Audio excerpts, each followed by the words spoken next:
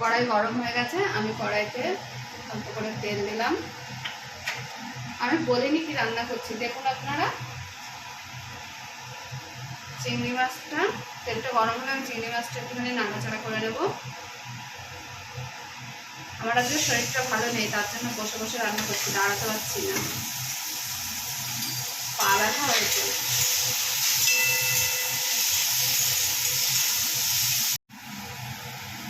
চিংড়ি মাছটা বেশি ভাজবো না, বেশি ভাজলে শক্ত হয়ে যাবে, তার জন্য একটুখানি তেলের উপরে নাড়াচাড়া করে এই 2-4 মিনিট একটু নাড়াচাড়া করে সেদ্ধ মতন করে রাখলাম। এবার কড়াইতে তেল দেব।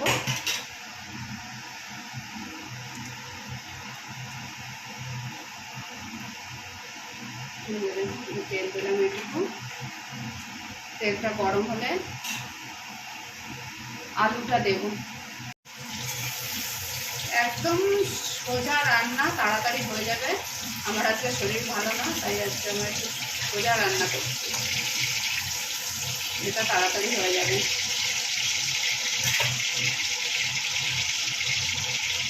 তেলটা আমার গরম হয়ে গেছে, এবার আমি আলুটা কড়াইতে দেব।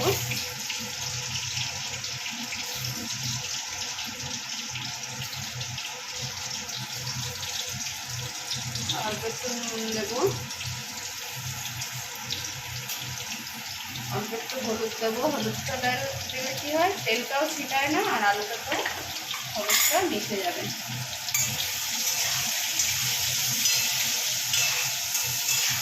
আলুটা ভাজতে লাগিয়ে আলুটা লাল লাল হবে, তারপরে বলবো কি করবো।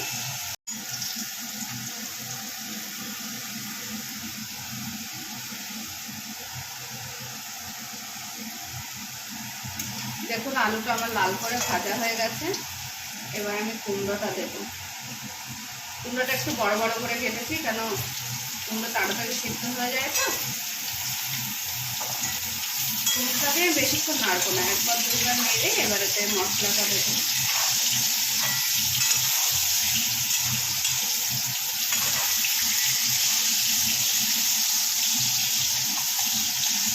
সবাই তো সর্ষে বাটা দিয়ে ঝোল খায়, সবসময় ইচ্ছাও করে না সর্ষে বাটার ঝোল খেতে, তাই আমরা মাঝে মাঝে একটু এরকম করে খাই।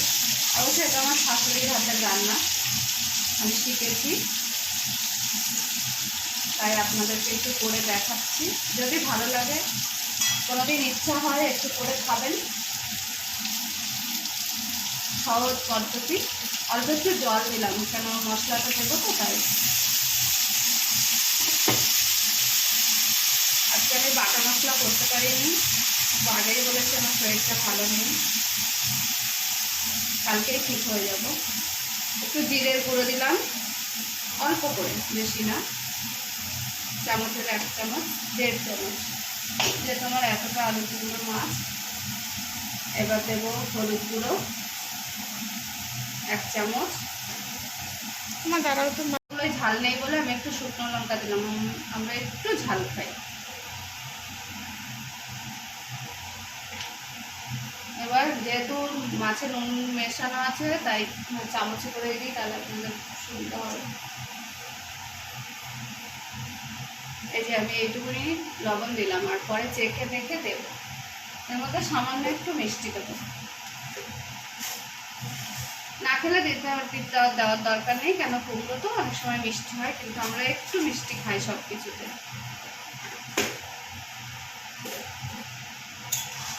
এবার মশলাটা কষাবো। এবার এর মধ্যে চিংড়ি মাছটা দিয়ে দেবো, দিয়ে আমি ভালো করে কষাবো। কষিয়ে জল দেব। মশলাটা কষাতে কষাতে যখন তেল বেরিয়ে যাবে, তখন জল দেবো। গামাখা ঝোল হবে, বেশি ঝোল করবো না, আবার বেশি শুকনোও করবো না। হয়ে গেছে, এই যে দেখুন তেল বেরিয়ে গেছে। এবার আমি আন্দাজ মতো ঝোলটা দেব।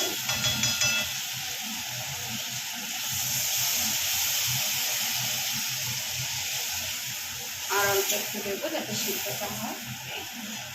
এইটুকু ঝোল দিয়েছি, এবার ফুটে, যেহেতু চিংড়ি মাছ বেশিক্ষণ লাগবে না, কিন্তু কুমড়োটা আর আলুটা সেদ্ধ হতে যেটুকু সময় লাগবে সেটুকু সময় ফুটতে লাগুক।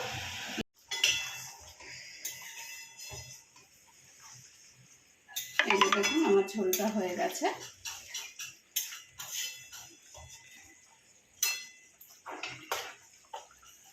কাঁচা লঙ্কা দিয়ে ঝোল করলে আর একটু হতো, যেহেতু শুকনো লঙ্কা দিয়েছি লাল লাল হয়েছে। আমি খুব কমই খাই শুকনো লঙ্কা, কিন্তু এই যে ঝাল নেই এখন লঙ্কায়, আমি নামিয়ে দিলাম ঝোলটা।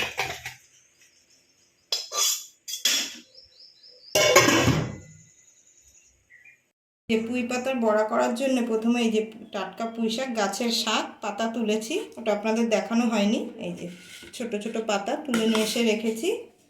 করার জন্য নিয়েছি, এখানে নিয়েছি বেসন, এখানে হলুদ, নুন, লঙ্কার গুঁড়ো আর সাদা তেল। এটা দিয়ে এটা দিয়ে ব্যাটারটা বানাবো। এখানে আমি বেসন নিয়েছি বড় কাচের বাটির 1 বাটি, হলুদ দেব সামান্য পরিমাণে একটুখানি,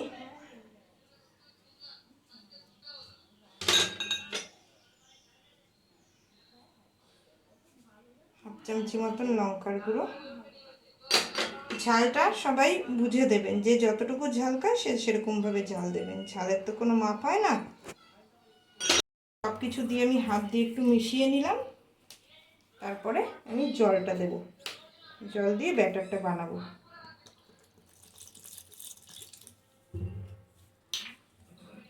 জলটা অল্প অল্প করে দেবেন, তাহলে ব্যাটারটা ভালো হবে।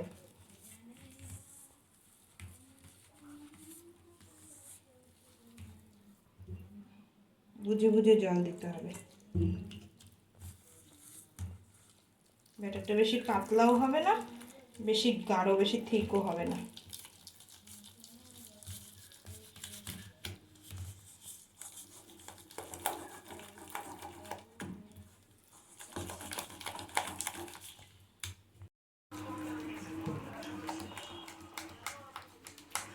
এই যে এইভাবে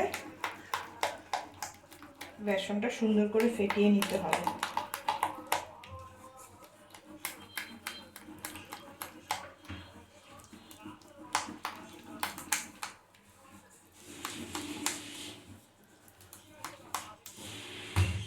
আর একটু সামান্য একটু জল লাগবে।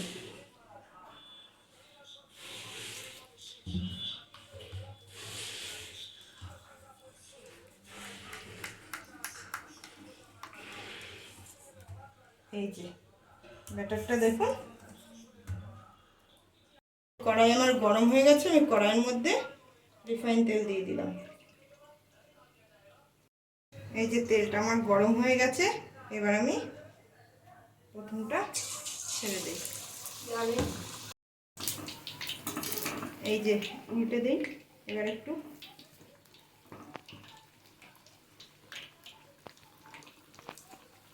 উল্টে পাল্টে এক পিঠ করে উল্টে উল্টে আস্তে আস্তে দেখতে হবে, নাহলে পুড়ে যাতে না যায়, পুড়ে গেলে তো ভালো লাগবে না খেতে। আস্তে আস্তে উল্টে উল্টে দিতে হবে। এই যে আমার এবার বড়া ভাজা হয়ে গেছে, আমি এই যে বড়া ভাজা দুটো তুলে নিচ্ছি।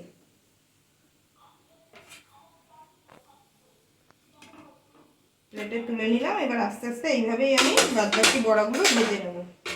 দেখুন আমাদের কত অল্প উপকরণে এই বড়াগুলো আমি ভেজে নিলাম। এই বড়াগুলো দেখতেও যতটা সুন্দর, খেতেও কিন্তু ততটাই সুন্দর হবে। আপনারা অবশ্যই বাড়িতে বানিয়ে খেয়ে দেখবেন পুঁই পাতার বড়া।